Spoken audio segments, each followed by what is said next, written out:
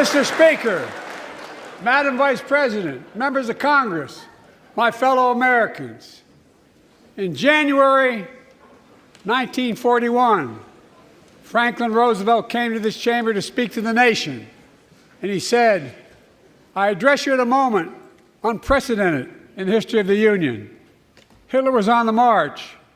War was raging in Europe.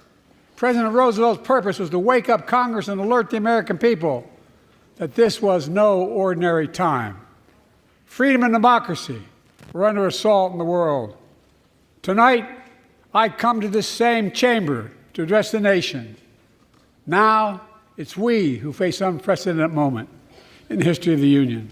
And yes, my purpose tonight is to wake up the Congress and alert the American people that this is no ordinary moment either. Not since President Lincoln and the Civil War have freedom and democracy been under assault at home as they are today. What makes our moment rare is that freedom and democracy are under attack both at home and overseas at the very same time. Overseas, Putin of Russia is on the march, invading Ukraine and sowing chaos throughout Europe and beyond. If anybody in this room thinks Putin will stop at Ukraine, I assure you he will not.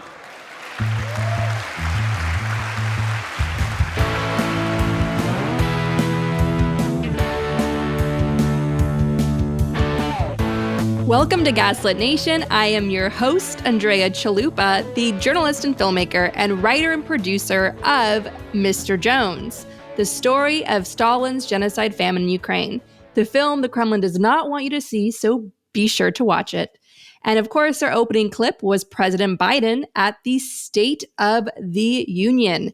Terrell Starr of the Essential Black Diplomats podcast and Substack joins me for an unforgettable discussion of the State of the Union unlike you've ever heard before. In 1941, Dorothy Thompson's essay for Harper's Who Goes Nazi about a morbid game you can play at your next dinner party to tell who among you would go Nazi went viral in 2016 when Trump came to power with the help of the fascist regime, the Kremlin.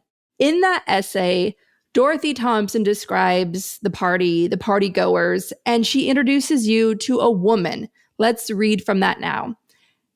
Mrs. E would go Nazi as sure as you are born. That statement surprises you? Mrs. E seems so sweet, so clingy, so cowed. She is. She is a masochist. She is married to a man who never ceases to humiliate her, to lord it over her, to treat her with less consideration than he does his dogs. Whew. And with that, be sure to stick around for Terrell Starr and I to discuss Alabama Senator Katie Britt. Now, a quick look at some of the meaningful moments at the Oscars this year. Ukraine won its first Oscar, 20 Days in Mariupol. You can watch it for free. Look for the link to 20 Days in Mariupol in the show notes for this week's episode. It shows why Ukraine simply cannot surrender. Surrender means torture, dehumanization, and certain death. The only hope for Ukraine and the only hope for the rest of us, like to preserve international law, to preserve the borders as we know them, so that doesn't become survival of the meanest dog in the fight, which is what the Russian mafia has built in Russia and globally where they have influence. The only way to stop that is by giving all we can urgently now to Ukraine, including the defensive aid they desperately need. Ukrainians are being killed. More are dying because of Mike Johnson and Donald Trump. More on that later. Navalny opened this year's In Memoriam at the Oscars.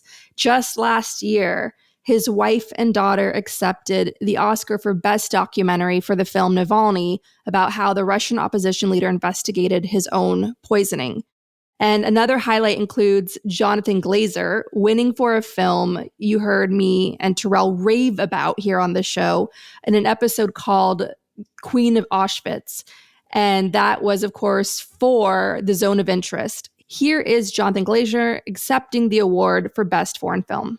All our choices were made to reflect and confront us in the present, not to say, look what they did then, Rather, look what we do now.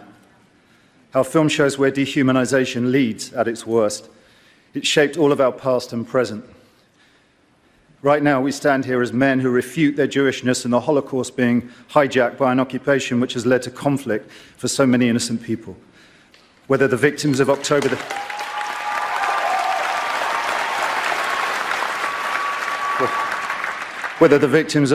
7th in Israel or the ongoing attack on Gaza, all are victims of this dehumanization. How do we resist?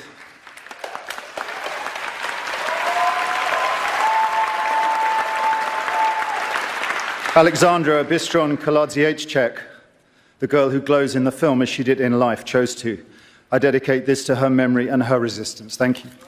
Now, it's important to note that standing right behind him is the Russian oligarch Len Blavatnik, one of the financiers of the Zone of Interest. And I praise Jonathan Glazer for saying what needed to be said. It was one of the few remarkable, meaningful moments at this year's Oscars. And thank God, many people in the audience clapped. We needed that to break through all the froth. But the reality is that he left out another significant genocide going on right now, and that is Russia's genocide of Ukraine. And maybe he couldn't mention it.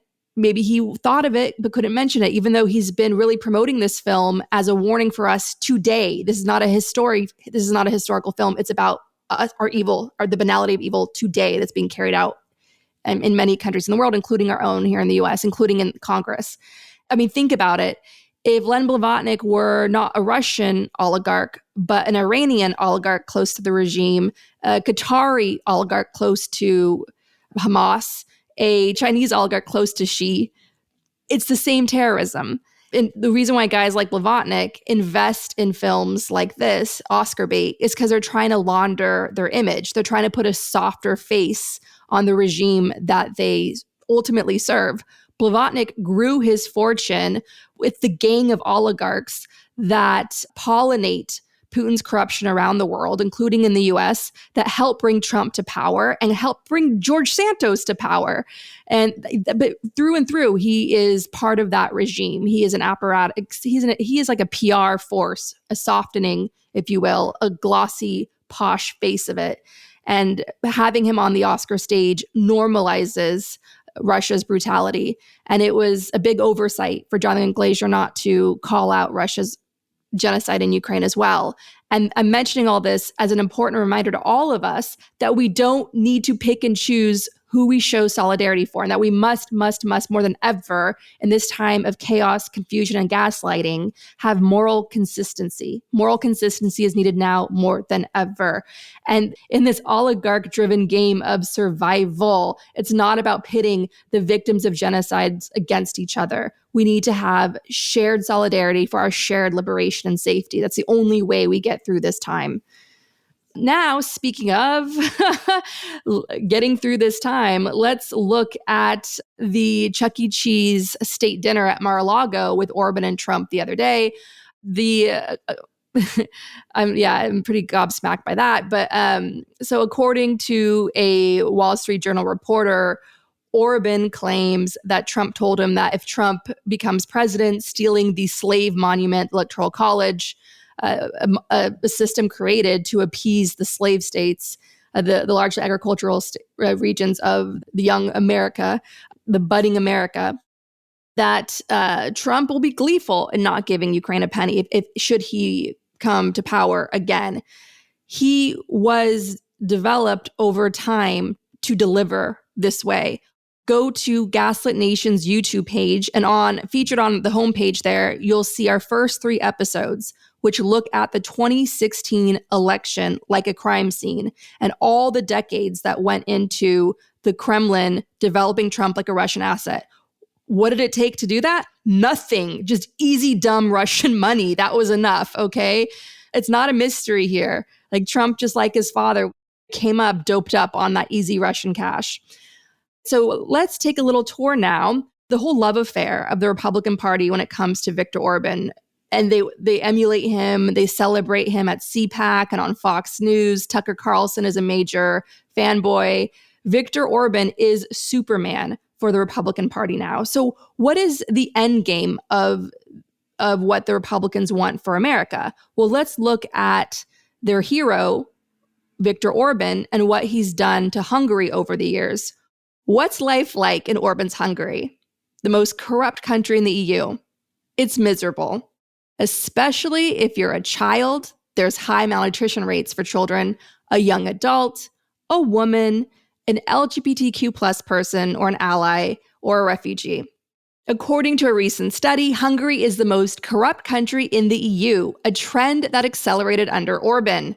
Transparency International produces something called the Corruption Perceptions Index, CPI, a global corruption ranking that measures how corrupt each country's public sector is, according to experts. Let's look at Hungary's CPI. Orban came to power in 2010. The Corruption Perceptions Index worsened as Hungary became increasingly corrupt under Orban's autocracy. In the last 10 years, as Orban entrenched his dictatorship, 500,000 people left Hungary in an ongoing brain drain. According to the Borgen Project, a nonprofit that addresses poverty in Hungary, citing a report by the Save the Children Foundation, quote, for every 1,000 Hungarian children, 6.1 die before their 5th birthday. That's above the EU average and higher than Libya, Cuba, and Macedonia. Hungary, under Orban, suffers from falling birth rates. The regime heavily promotes financial incentives to entice people to start families. It's not working because Orban's Hungary is oppressive. People don't seem eager to bring a child into a dictatorship. LGBTQ plus communities are targeted in harassment campaigns, much like the terror scapegoating by Ron DeSantis in Florida and libs of TikTok. The crackdown on LGBTQ plus people has had an enormously chilling effect in Hungary, according to a researcher in Budapest for Amnesty International. Unsurprisingly, the far-right leaders of Orban's party crack down on LGBTQ plus people by day and enjoy gay orgies by night. According to one New York Times report, one was caught in an all-male orgy in Brussels that violated COVID restrictions and fled down a drain pipe, and another was caught on video at a mixed orgy on a yacht. Welcome to Orban's Hungary. Come for the corruption, stay for the hypocrisy. Speaking of hypocrisy, Pope Francis, who recently said that trans people, not the climate crisis, not Russian terrorism, not Iran's terrorism, not oligarchs all over the world treating the people like the shit they grow their money in, no, trans people, according to Pope Francis, are the greatest threat to humanity. The Pope also said that Ukraine should wave the white flag of surrender. I kid you not. The land Russia currently occupies in Ukraine now holds Soviet-style prisons where people are disappeared, systemic rape and torture are carried out, their homes robbed and seized. The list of Stalin-level terror goes on and on. The Vatican covered up generations of systemic sexual abuse and the genocide of countless people across North America for generations. So they are not an authority on how to stop a genocide, considering they literally carried one out. Pope Francis himself is somebody who has his own dark history of being complicit with Argentina's brutal dictatorship from the mid-1970s to the early 1980s. Pope Francis was formerly Cardinal Jorge Bergoglio in Argentina, where countless people were tortured and disappeared. He was a leader in the Catholic Church, which called on the people to back the military dictatorship and their nationalism. When 2 Jesuit priests dared to carry out their ministry in the slums of Argentina, which was considered subversive at the time, Pope Francis gave his tacit approval to the military dictatorship to arrest those 2 priests. And they were, of course, tortured and kept in inhumane conditions. One reformer from that time who knew him back then said that Pope Francis is, quote, a man of power, and he knows how to position himself among powerful people. I still have many doubts about his role regarding the Jesuits who went missing under the dictatorship. So there you have it. Pope Francis has a long career of being a handmaiden to corrupt regimes. Why do you think they made him Pope? When was it? Like in the late 1970s, the US heavily pushed for Pope John Paul II, the first non-Italian pope in 450 years, a cardinal the Polish pope was a cardinal of a Soviet-occupied country, and the U.S. aggressively lobbied for him to become the new pope. Why? It was part of their larger mission to try to take down the Soviet Union. So whoever is selected for pope, it's on the side of the powerful, right? So Pope Francis, stop.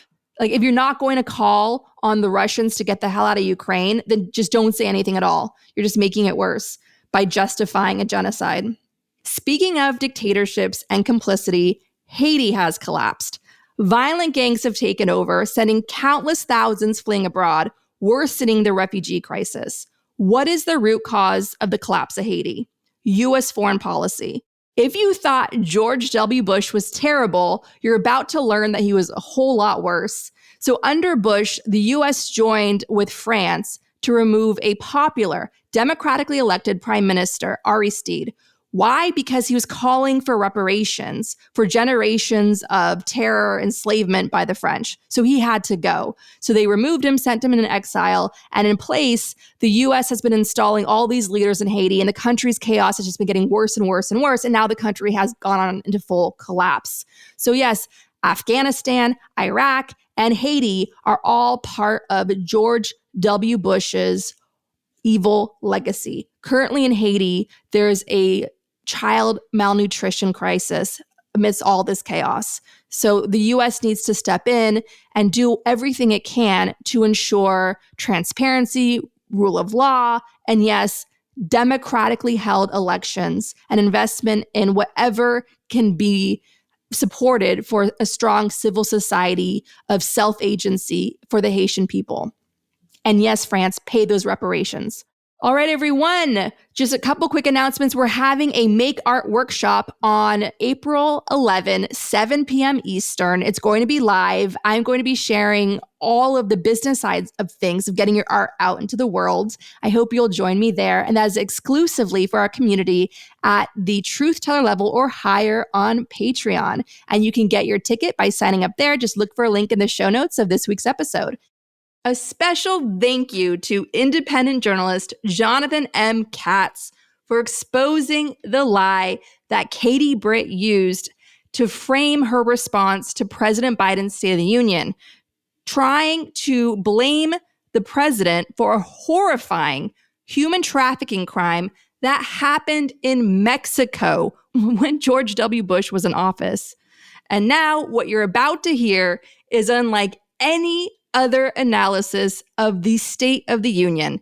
It opens with a clip of Suge Knight, the co-founder and former CEO of Death Row Records, at the 1995 Source Awards.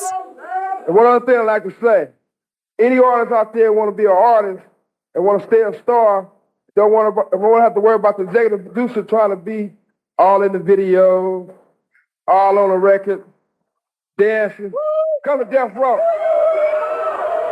I'm here with my dear friend Terrell Starr of the Essential Black Diplomats podcast and Substack, which you can find in the show notes for this week's episode.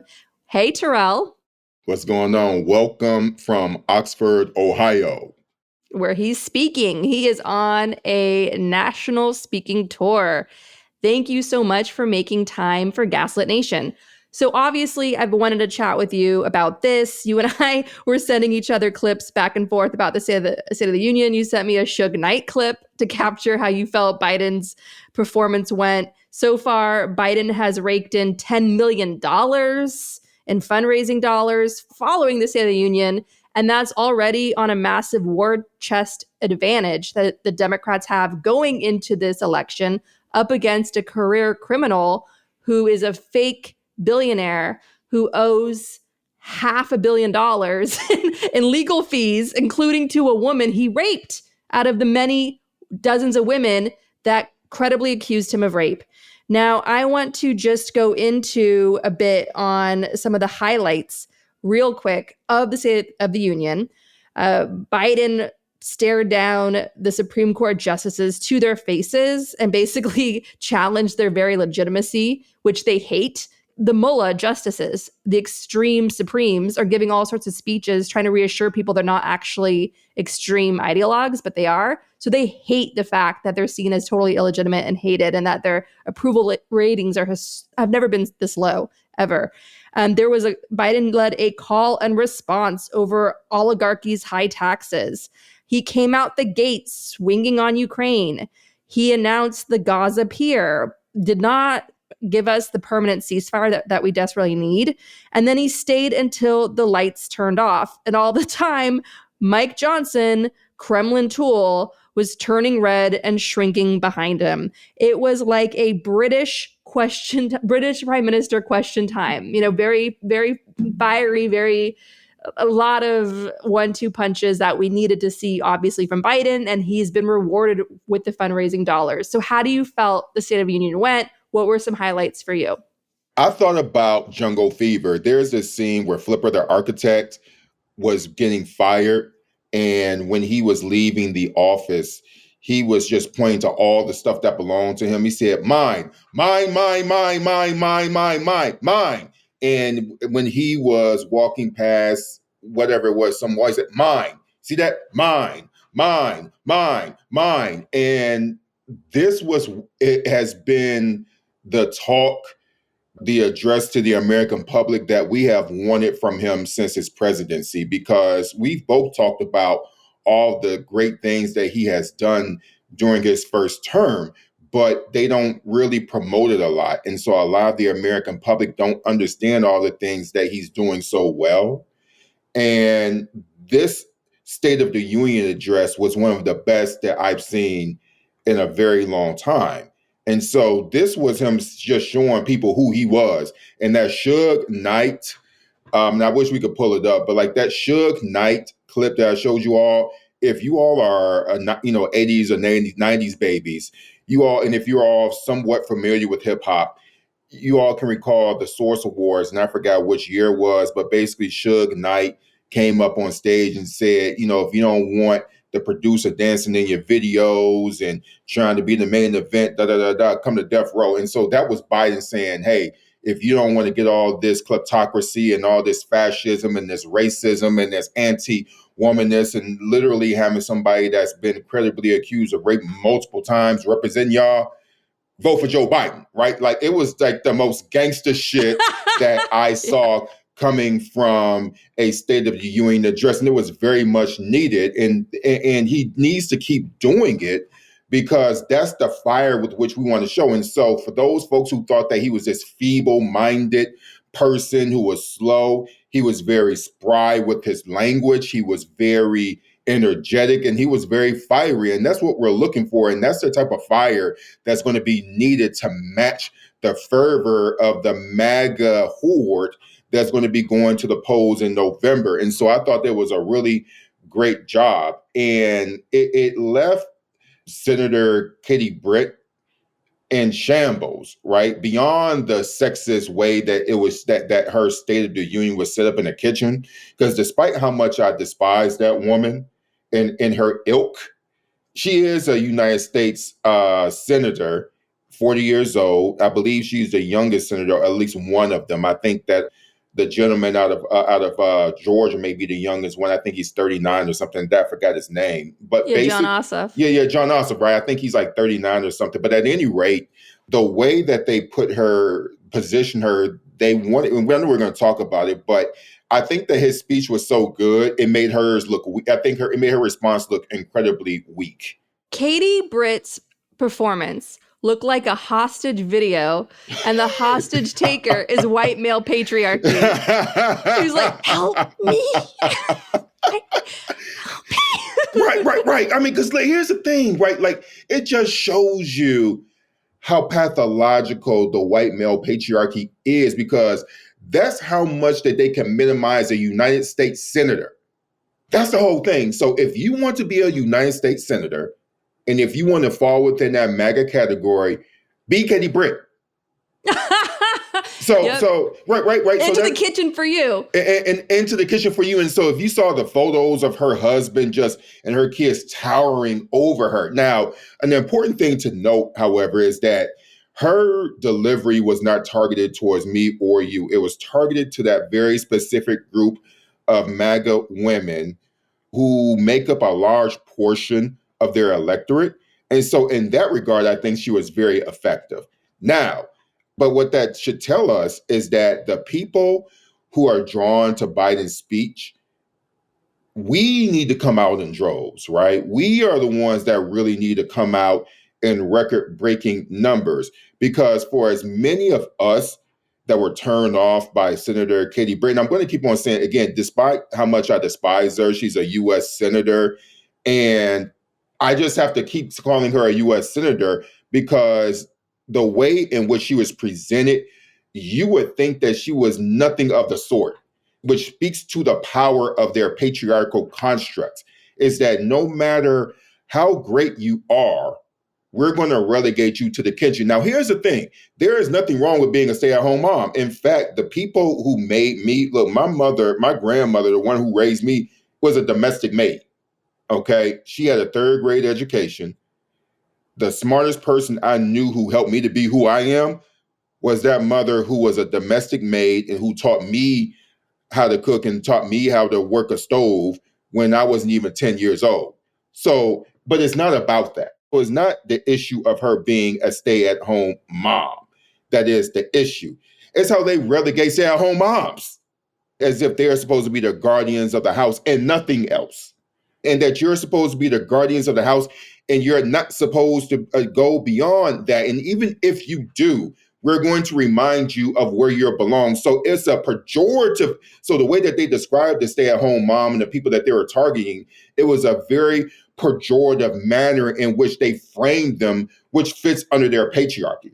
I knew we were entering the twilight zone when the national news anchor, I believe it was for ABC News I was watching, introduced Katie Britt by saying this. This was his introduction to her. He said, and now here's Katie Britt, a mother of two. And that's why I was like, oh no. Oh no, America, you're in trouble. And then they go to Katie Britt and she just terrifies all of us. Like our wombs were shaking. You know what I mean? They're going to take away our womb's freedom and our lives. You know, because when I was pregnant with my second, it was a high risk pregnancy. My doctor sat me down and said, hey, you know that vacation you had planned where you're going to get on a flight? That's over now. That's canceled. You might bleed to death. You have a high-risk pregnancy. We may need to abort it to save your life. And just so you know, I'm morally obligated to tell you, if it comes down between you and your unborn child, we're going to save you, all right? And when I conveyed all that to my husband was like, of course, without question. Like, and the way the doctor delivered all the news was just so smooth, like so just like matter of fact, the weather report. You know, and this conversation that we're having is criminalized right now in many parts of the country and growing. And that is what Katie Britt wants to do to all of us everywhere. Like Mike Pence says he wants all of us here, wherever we live, to live under the rules of Mississippi. Like this is like some real, I know you've heard it a million times before, but it is some real handmade shit. Like Alabama, where the Supreme Court says we're going to criminalize IVF, and then they choose this Alabama senator. And guess what? Her colleague, Tommy Tuberville, who, along with Mike Johnson, is one of the Kremlin's biggest helpers in weakening our democracy from within, where he had that ridiculous, horrible, just so demoralizing protest in the Senate, where he refused to do promotions for months of our military servicemen and women, holding up their hard-earned cash for months and like slowing down all these appointments we needed for our national security. And Putin was just licking his chops at this and making advancements in Ukraine while his buddy Mike Johnson is holding up Ukraine aid, right? This is all like a 1-2 punch by Putin against us. And Tommy Tuberville, like, when he was asked about Katie Britt, like Tommy Tuberville, traitor to our country, he said, oh, she's great. She's a housewife. Like, you know what I mean? That was the first thing out of his mouth. Like, that's what they want for us. And I remember, and it's been forever. It's been generations that they've been building towards this. I remember back in 2004, my first job out of college, I was a community organizer in a battleground state. And the campaign I was working for sent me, a young kid, to go undercover to a Republican fundraiser and just have a listen, right? And so I put on my conservative best. I had like a red, cute little sweater, like a sparkly shirt underneath. Like I had my hair like all smooth. You have a photo of yourself? Sure. I'll do some cosplay next time you're over. But here's GOP Andrea. But like, so I show up there looking not, very Pollyanna-ish, more than usual. And I go, but I betray myself. I go immediately for the food and I'm just shoving my face at the food. And I look around and I'm the only woman eating. And so I finally sit down next to a group of GOP women who are all gossiping together. And this is what they're talking about. They're talking about how to get a husband. And they're saying, oh, you don't cut your hair if you want a husband. And I look and none of these women are eating. I'm the only one eating. And I'm like, oh my God, I'm going to give myself away as a liberal, like hairy feminist hippie by just being like the lone woman in this party shoving my face. They're gonna catch me. But it gave me so much insight to the prison that these women are trapped in mentally.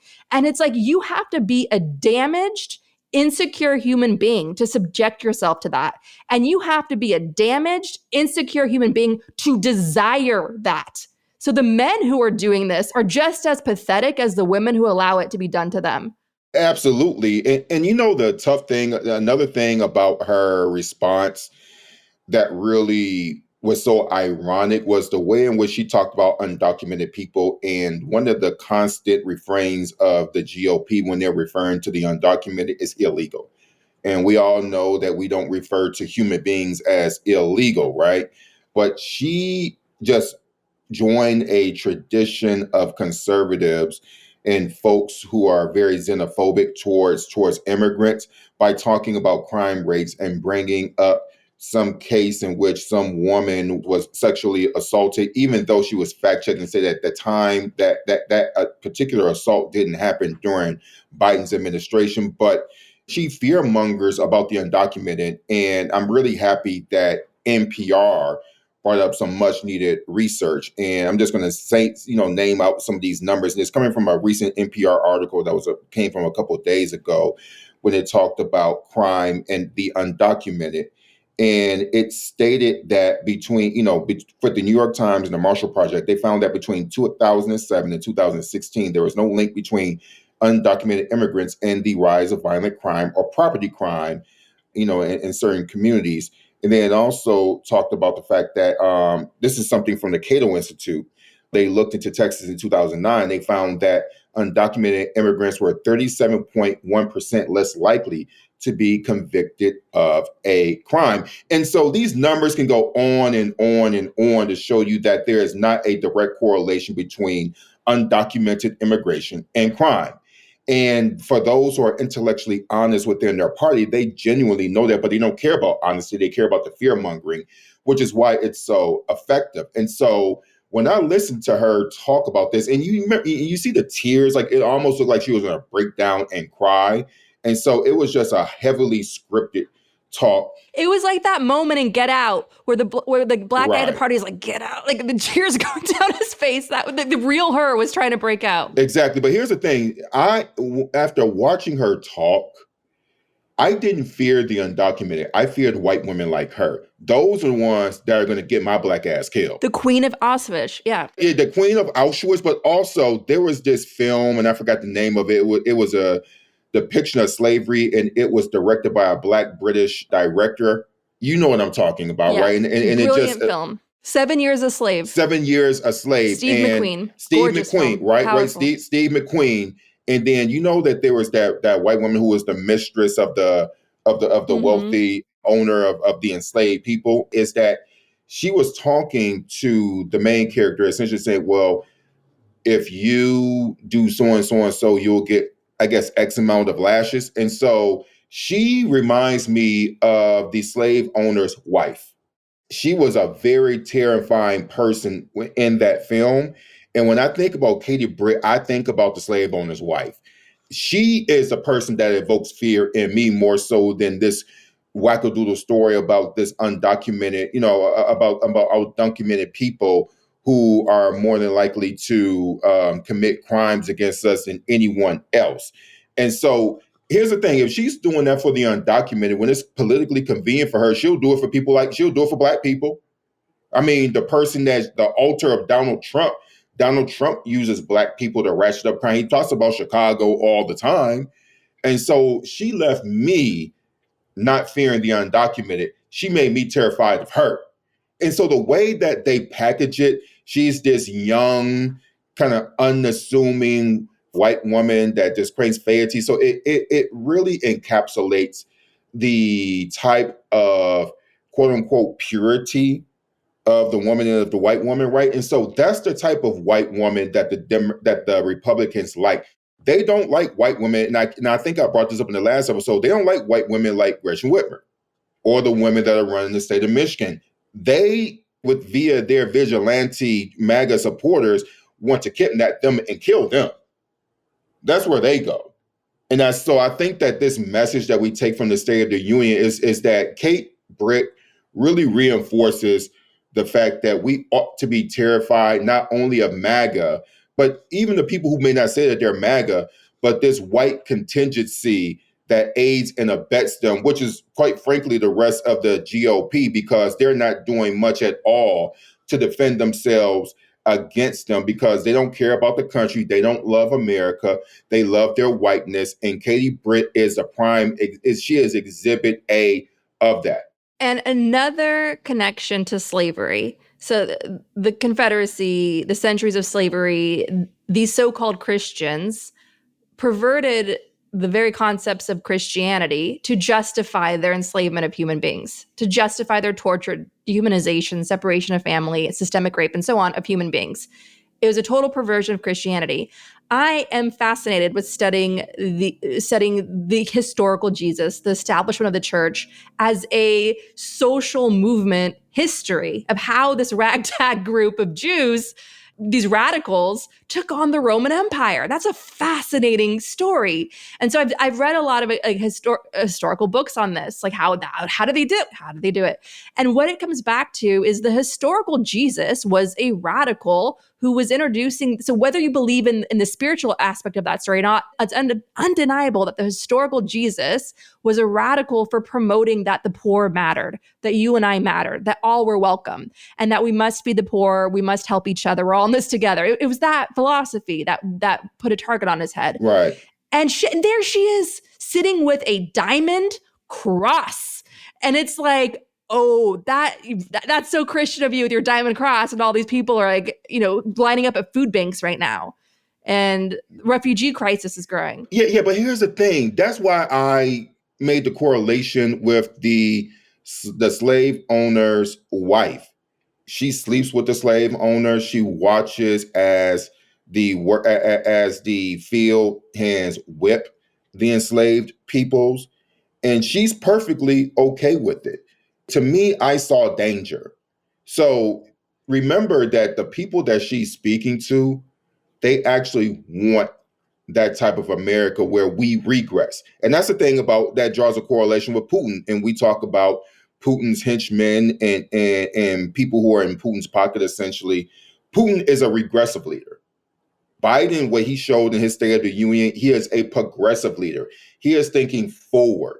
The GOP is thinking backward. They want to go back to the days where women essentially had fewer powers. They had less autonomy over their body. That's what Roe v. Wade is about. Yes, it's definitely about a woman's right to choose, but more specifically, it's about a man's right to choose for them. Exactly right. Exactly right. So that's really what this is about. And we have this nut job that won the GOP nomination in North Carolina.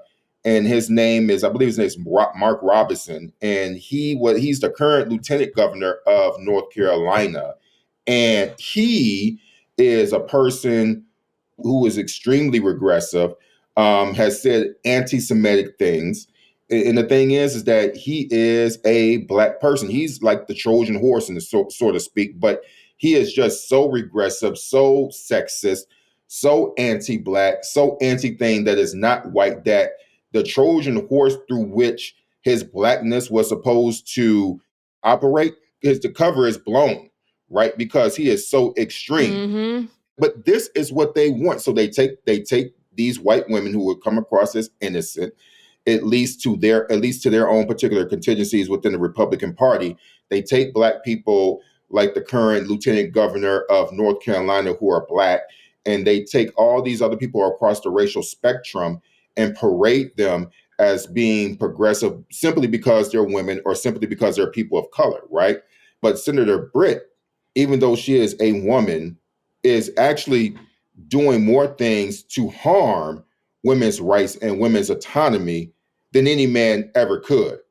All because she is that white suburban mom. And, you reminded me of that table that you were sitting at when you were, operating as an op. And I wish that there's a photo taken of you, because I would just love to see you as a GOP op in 2004, right? But those are the type of women, they are participating in their own oppression. And the reality of it is that I am not sure what could be said to flip those women.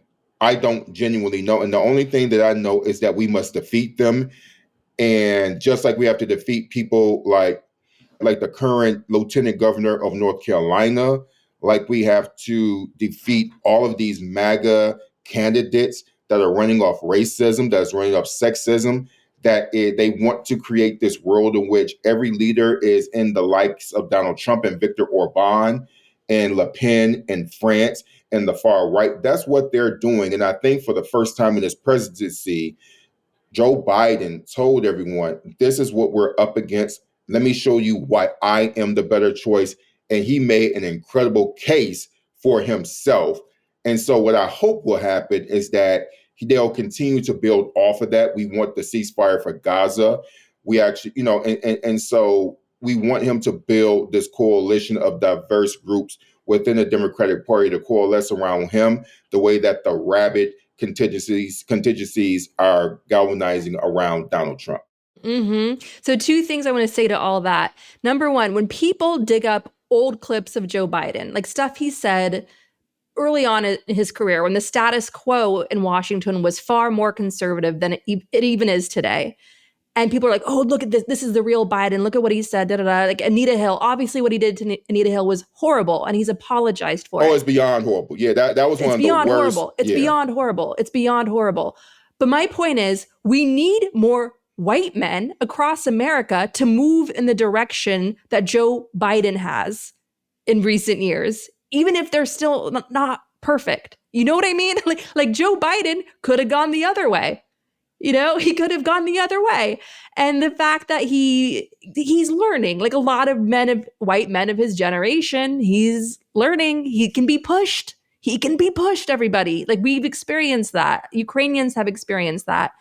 And the fact that he came in punching, opening the State of the Union in 2024, the most important State of the Union he will ever give in his life, he opened it swinging for Ukraine, with Mike Johnson shrinking and turning red behind him. So what do you think about Mike Johnson? So I'll tell you what my little view is of him. There were so many positive things that Biden said about what he's done for the country. And by and large, the fact checkers from all the major outlets, they can say, okay, certain things were out of context and certain things weren't 100% true, but you can't say that everything that he said was just a flat out lie, right? And so generally speaking, it was very difficult to refute Joe Biden on the progress of this country. It's definitely better now than when he took it over in 2020, right? So you can definitely say that. And so if you are Mike Johnson and you're sitting in the back and he was kind of squeaming around, he was kind of smiling. And I think that even when in his mind, he wish he could stand up, but he couldn't because he's in MAGA's pocket. He couldn't do it. But I could see that being a very difficult hour or so to sit through, because there's nothing much that he could say to refute what Joe Biden said. He made a better case for the country and why he ought to lead it than anything that he could conjure up in his mind at the moment. And so usually you can see people kind of shaking their heads like, no, whatever, right? Then when he was talking about American jobs, staying here in the United States, and how we're going to keep them here as opposed to sending them abroad, And, and also he was going after Donald Trump, about people being true to who they are. If you care about America, you keep jobs in America, all of those things. And he brought up Ronald Reagan, tear down his wall. And I know for certain people in that room who actually care about this stuff, that had to hurt. Now, here's the thing. I think Ronald Reagan, generally speaking, from a domestic side and even internationally, he sucks, right? Right. But, definitely sucks. But he did have good Soviet policy. I will never take that away from him. He had effective Soviet policy, and he was the perfect person during the close of the Cold War to be the president of the United States. Tear down this wall will be one of the most symbolic statements and moments in U.S. political history. That was the glory days of the tough on Russia GOP that we have not seen since. And so they basically called them a bunch of punks and said that Reagan would be turning over in his grave if he were alive. And the only thing that Mike Johnson can do was squeal in his seat.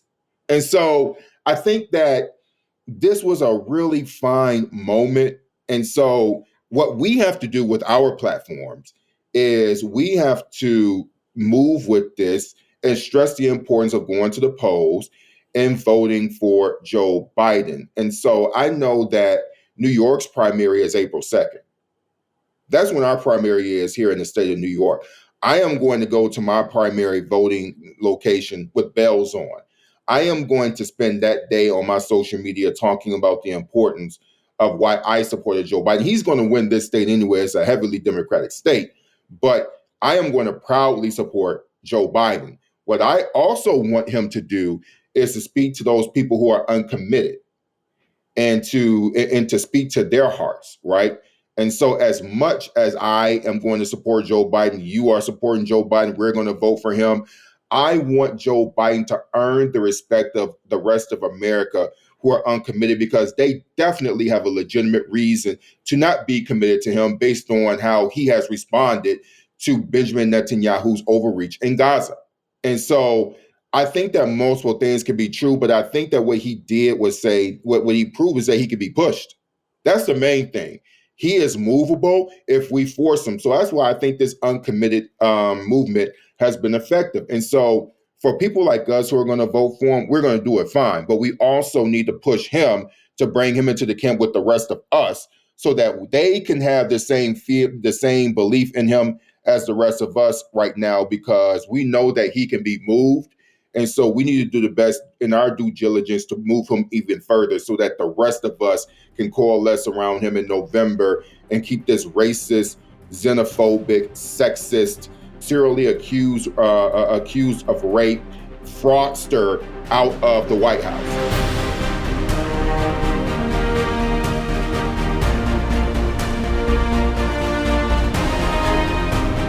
And now, the Gaslit Nation 2024 Survival Guide. This election is here and it's happening, and it's bigger than Biden. We have the chance to hack away at corruption at the root by building our power at the all-important state level, where crucial quality of life issues, from voting rights to environmental protections to LGBTQ+ rights and more, are decided. Karl Rove ran the same strategy for the GOP during the Obama years, laying the groundwork for Trump to come to power in 2016. Now we're reversing this dangerous trend, securing key victories in swing states to protect our elections and advance progressive laws in states like Michigan and Wisconsin. Yes, even Wisconsin. Another world is possible when we unite and build together. Here's how. Join me, Andrea, at State Fair, a giving circle that collects small dollar donations among friends and family to build big power in key states. If 1,000 Gaslit Nation listeners set up a $5 recurring monthly donation, that's $5,000 we're sending to turn so-called red states purple and so-called purple states blue. Some of the races we've supported won by only a few votes. And we flipped the House in Pennsylvania, flipped the entire House, all right? Elected like 12 new people, massive. And they have a crazy, extra crazy Republican Party in Pennsylvania. And that's what we did together through States Project. Thank you. Your $5 monthly donation will make a huge difference. Join me and my friends at State Fair today. You can sign up at gaslitnationpod.com. Just click on the 2024 Survival Guide on our homepage. Step number 2, are there any young people in your life, Gen Z or younger? Give them the gift of the excellent book, Run for Something, a real talk guide to fixing the system yourself. It helps people of all ages run for office. So if you're thinking of running for office, be sure to read this inspiring and practical guide. Both the book and the organization, Run for Something, encourage, recruit, and train young people to run for office and flex their power. Inspire a young person and anyone you love and trust with empathy in their hearts and science in their minds to run for office today. Number 3, help the helpers. State Bridges is a sister district action network program in which volunteers from across the country fundraise for organizations doing year-round power building in key battleground states like Arizona, Pennsylvania, Michigan, and Wisconsin. State Bridges supports organizations engaging communities underrepresented at the polls, like mothers of color, rural voters, and Latinx voters. Sign up to attend a virtual fundraiser and donate to help the helpers at State Bridges. Number 4, write letters to voters in swing districts with Vote Forward. Check out any of their easy letter writing campaigns that have already started and write letters as you listen to Gaslit Nation. We'll be keeping you company. Most importantly, number 5, check your own voter registration now at election protection site vote.org. Make sure you're registered and check in with your family and friends to confirm their voter registration too. Commit to helping 5 people in your life make a plan to vote and bring them along to a Gaslit Nation phone bank this fall, because the only ones coming to save us is us. Grassroots power is the most reliable power we have left.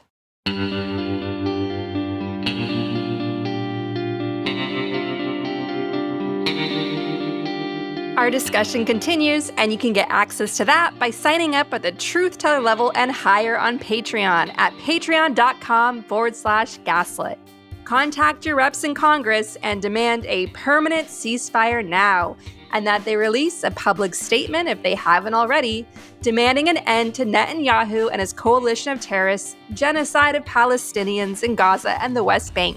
To help get Ukraine urgently needed humanitarian aid, join me in donating to Razom for Ukraine at razomforukraine.org. To help civilians and refugees in conflict zones, donate to Doctors Without Borders at doctorswithoutborders.org. And if you want to help critically endangered orangutans already under pressure from the palm oil industry, donate to the Orangutan Project at theorangutanproject.org. Gaslit Nation is produced by Andrea Chalupa. Our production manager is Nicholas Torres, and our associate producer is Carlin Daigle. Our episodes are edited by Nicholas Torres, and our Patreon-exclusive content is edited by Carlin Daigle. If you like what we do, leave us a review on iTunes. It helps us reach more listeners. And check out our Patreon. It keeps us going. Original music in Gaslit Nation is produced by David Whitehead, Martin Vissenberg, Nick Farr, Damian Arriaga, and Carlin Daigle. Our logo design was donated to us by Hamish Smythe of the New York-based firm Order. Thank you so much, Hamish. Gaslit Nation would like to thank our supporters at the producer level on Patreon and higher: Lily Wachowski, Kenny Main, John Schoenthaler, Ellen McGirt, Larry Gasson, David Collier, Ann Bertino, David East, Ida, Joseph Mara Jr., Mark, Sean Berg, Kristen Custer, Kevin Gannon, Sandra Collins, Katie Masuris, James D. Leonard, Leo Chalupa, Carl Golstad, Marcus J. Trent, Joe Darcy, Ann Marshall, Trigve, D.L. Singfield, Nicole Spear, Abby Rode, Jans Alstrup Rasmussen, Sarah Gray, Diana Gallagher, Leah Campbell, Jared Lombardo, Ann Marshall, and Tanya Chalupa. Thank you all for your support of the show. We could not make Gaslit Nation without you.